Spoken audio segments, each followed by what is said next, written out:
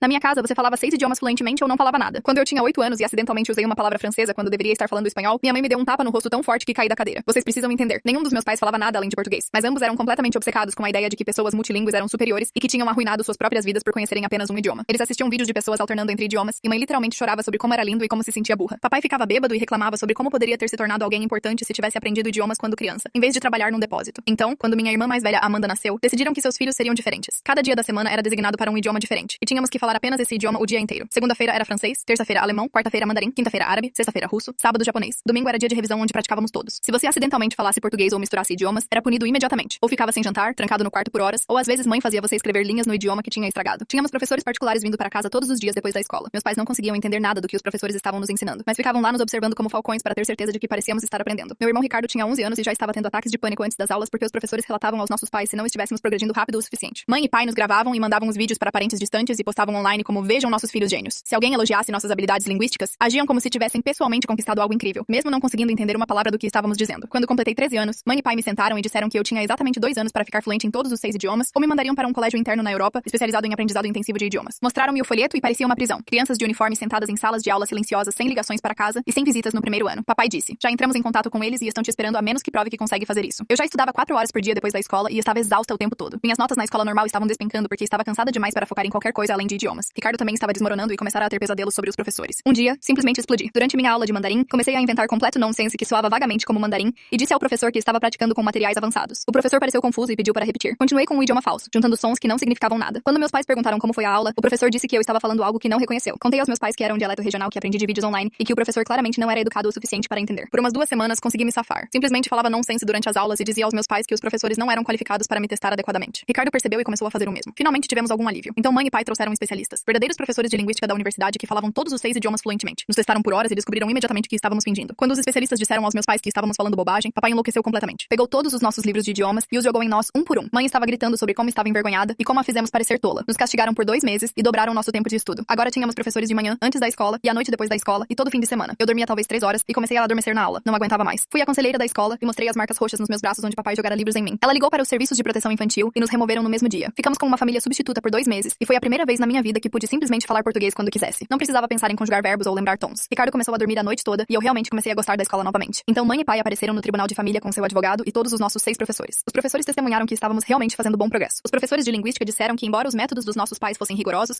estávamos genuinamente aprendendo e que nos remover desse ambiente desperdiçaria anos de progresso. Amanda testemunhou que era grata pela sua educação e que Ricardo e eu éramos apenas preguiçosos. O juiz decidiu que tínhamos que voltar para casa. Naquela noite, papai nos sentou à mesa da cozinha e disse: de agora em diante não há mais português nessa casa. Vocês falam 6 idiomas ou não falam nada. A história completa está no meu canal e linkada abaixo.